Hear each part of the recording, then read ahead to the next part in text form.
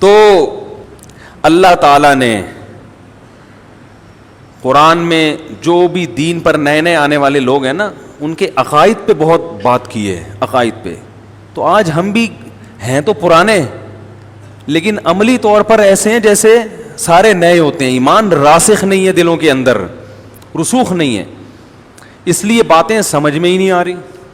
مولوی برے لگ رہے ہیں. دنیا کا سب سے بیکار طبقہ کون سا لگتا ہے؟ مولویوں کا.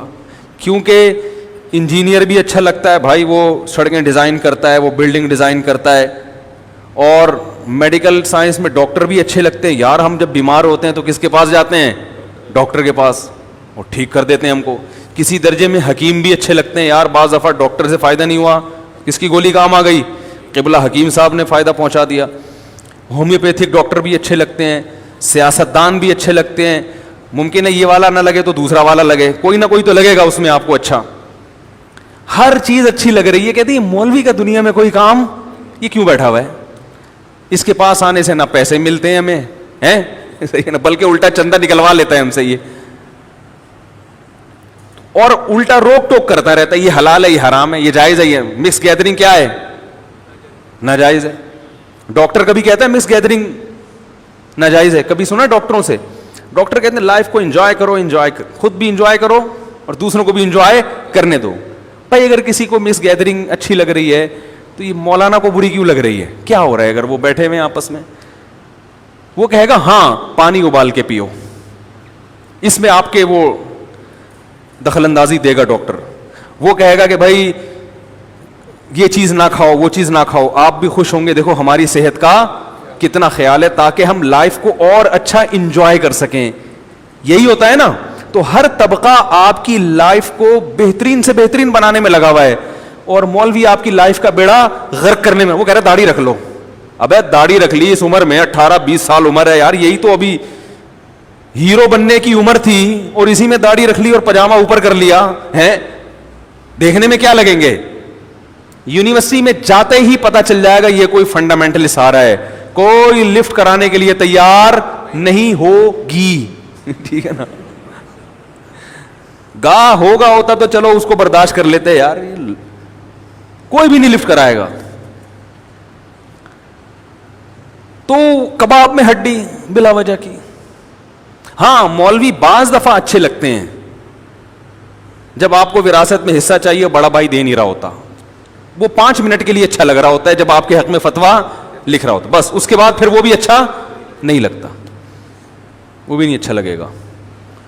تو اس لیے یہ لبرل لوگ، اب تو لبرل لوگوں کے خلاف میں نے اتنا بولا ہے نا، لبرل لوگوں کی کچھ ویب سائٹس ہیں ان میں میرے خلاف باقاعدہ ایک پروپیگنڈا شروع کر دیا انہوں نے، کیونکہ ان کے پاس دلائل کی دنیا میں جواب نہیں ہے نا. تو اب یہ پوسٹیں بنا کے میرے خلاف شائع کر. ابھی کچھ دن پہلے ایک پوسٹ آئی میرے خلاف، جو ایک بڑا لبرل سا فیس بک کا پیج ہے، اس میں پتہ نہیں کیا کیا لکھا ہوا، ہوس کا پجاری اور جنسیات، اس طرح کے الزامات لگائے ہوئے کہ اس کے بیان میں جنسیاتی ہوتی ہیں، عورتوں کا تذکرہ ہوتا ہے، بس یہ اسی سے میں گھومتا رہتا ہے. اور نیچے لوگوں نے بڑے زبردست ہاں یہ مولوی ایسا، کیا کیا القابات تھے. تو میں نے سوچا کہ میں ان کو بولوں، اول تو ہم ایسی باتیں کرتے نہیں ہیں، اور اگر بالفرض کر رہے ہیں تم تو کام کرتے ہو ایسے جی. ذرا انہی پیج کے ایڈمن سے پوچھو تمہاری کتنی دوستی ہیں، کتنی گرل فرینڈ ہیں جن کے ساتھ تم صبح شام کیا کچھ کرتے ہو. تو یہ انسان نیچ پنے پہ اترتا ہے. ویسے یہ بڑی باتیں کرتے ہیں کہ اپنی رائے کا اظہار کا ہر ایک کو حق حاصل ہے، لیکن جب ان کے مفاد پہ زد پڑتی ہے تو بھائی یہ آپ کو رائے کے اظہار کا نہیں، یہ نیچ پنے پہ آتے ہیں، ذاتیات پہ آتے ہیں.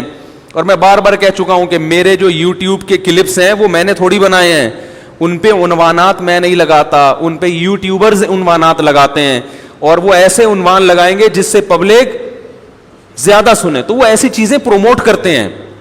اسی وجہ سے ہم اب سب پہ آہستہ آہستہ پابندی لگا رہے ہیں، کہ اپنے ہاتھ میں کنٹرول جو ہے نا اپنے ہاتھ میں لینا ضروری ہے، ورنہ یہ تو ایک کھیل تماشا بنا دیا لوگوں نے. نیگیٹیوٹی کو پروموٹ کر رہے ہیں، پازیٹیو چیزوں کا کلپ نہیں بنتا. تو اللہ تعالیٰ نے، ہاں میں یہ کہہ رہا تھا کہ میں ان کے خلاف اتنا بولتا ہوں نا، تو وجہ اس کی ہے کہ ان کو دنیا کا ہر طبقہ سمجھ میں آتا ہے، مگر ان کو مولانا سمجھ میں نہیں آتا. اس کی وجہ یہی ہے کہ بھائی وہ لائف کو انجوائے کرنے نہیں دیتے. وہ کہتے ہیں اتنی انجوائے کرو جتنی شریعت نے اجازت دی ہے. وہ شریعت نے اجازت کتنی دی ہے؟ اپنے خرچے پہ خربوزہ کھا لو بھائی. وہ شراب، کباب، نائٹ کلب، سٹے ہیں بھائی، اور فلمیں، موسیقی. اصل تو انجوائمنٹ لوگ اس کو سمجھتے ہیں. مولانا کیا کہتے ہیں؟ لائف کو انجوائے کرنا ہے تو بھائی برگر کھا لو اپنے خرچے پہ. وہ بھی کس کے خرچے پہ؟ حلال پیسوں سے. اور کھجور کھا لو. میٹھے میں کیا چلے گا؟ کھجور چلے گا. بہت زیادہ دل کے دودھ جلیبی کھا لو. وہ کہتے ہیں یہ کیا، یہ کوئی انجوائمنٹ؟ اور بہت زیادہ انجوائے کرنے کا دل کر رہا ہے، شادی کر لو. لوگ کہتے ہیں یہ پتہ نہیں لائف کا بیڑا غرق کرنے، یہ انجوائے کروا رہا ہے لائف کو یا لائف کا بیڑا غرق کروا رہا ہے. یہ کون سا انجوائے ہو گیا؟ شادی کر لو. شادی کا مطلب تو ایک ٹینشن ہے. اور پھر یہ کہتا ہے دوسری بھی کر لو. یہ مطلب یہ کہ طبیعت سے ہمارا بیڑا غرق کرنے پہ تلا ہوا ہے. تو اس لیے ان لوگوں کو مولانا ٹائپ کے لوگ کبھی بھی پسند نہیں آئیں گے. اس کی وجہ یہ نہیں ہے کہ یہ بے وقوف ہیں.